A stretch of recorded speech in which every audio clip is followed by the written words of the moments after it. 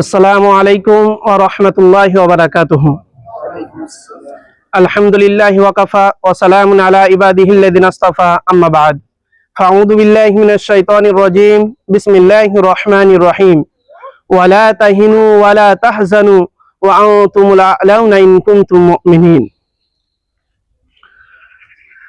আজকের সভার শ্রদ্ধেয় সভাপতি মহাশয় এবং আমাদের একাডেমিক্যাল হেড এবং আর যাবতীয় আমাদের শিক্ষক মহাশয় এবং ছাত্রবৃন্দ, আজকে আমি যে বিষয়টি তুলে ধরব 15ই আগস্ট স্বাধীনতা দিবস।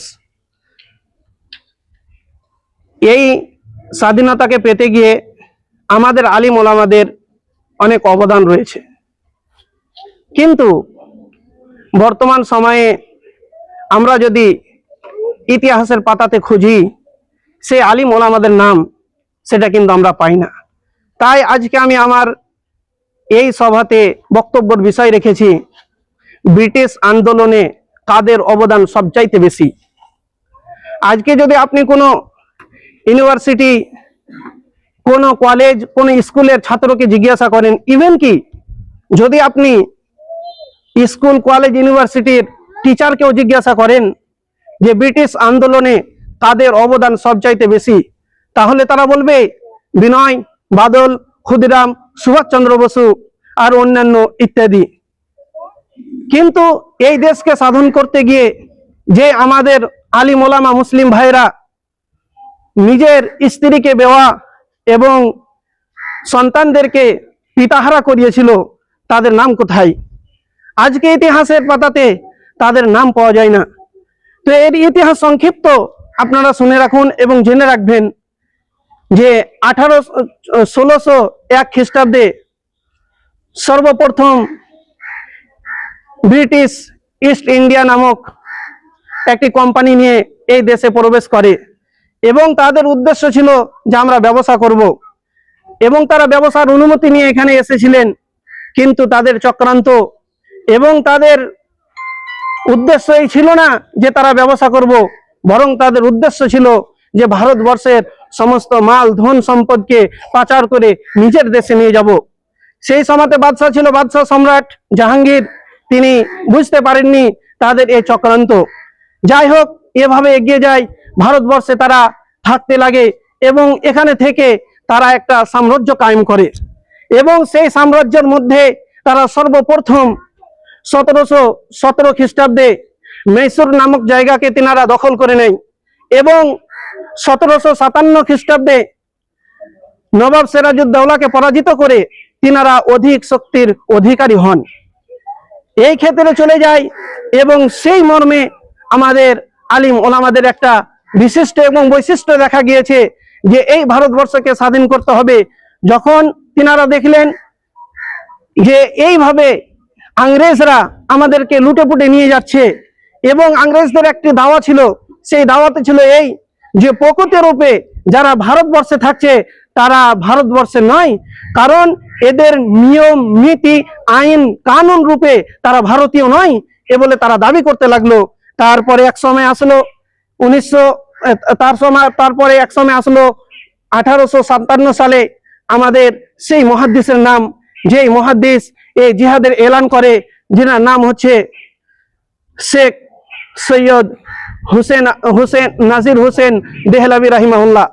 তিনি এই ফতোয়া দেন যে ভারতবর্ষের মুসলমানদের ধর্মীয় থেকে উদ্ধার করা হচ্ছে এবং কি তাদেরকে ধর্মীয় স্থান ছিন্ন করা হচ্ছে এবং প্রত্যেক ভারতীয়দের উপর অন্যায় অত্যাচার অনেক বেড়ে গিয়েছে।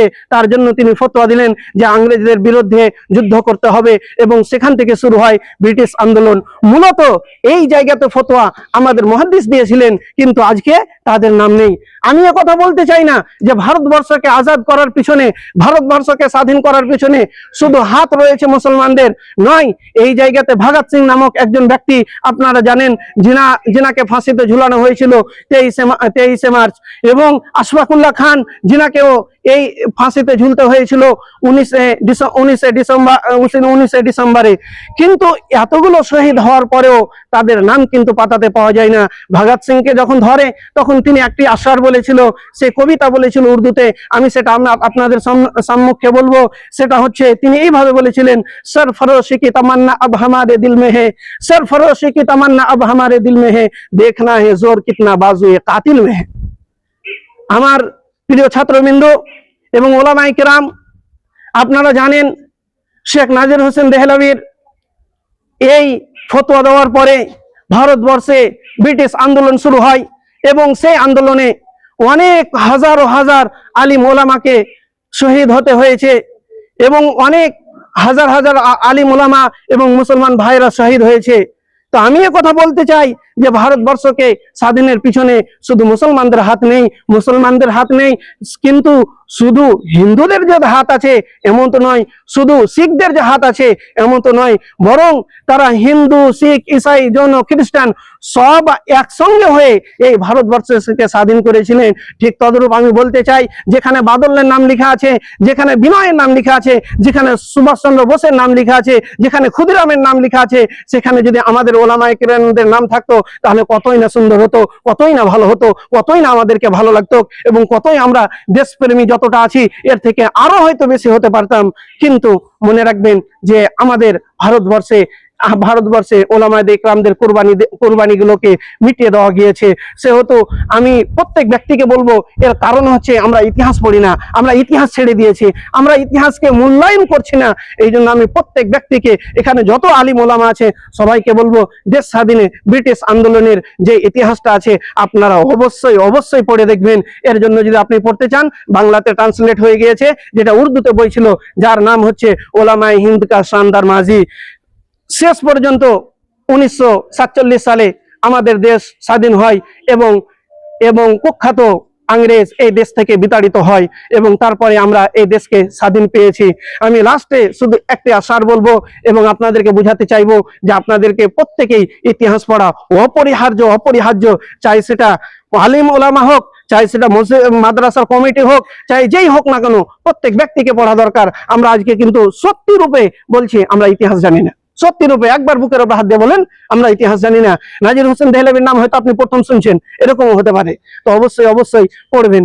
তো লাস্টে আমি একটা আশার বলে শেষ করতে চাই যে না সমঝোগে তো মিট যাओगे हिंदुस्तान वालों, ना समझोगे तो मिट जाओगे हिंदुस्तान वालों, तुम्हारी दास्तां तक भी नहीं ना होगी दास्तानों में। आखिर दावाना अल्हम्दुलिल्लाहि रब्बिल आलमीन।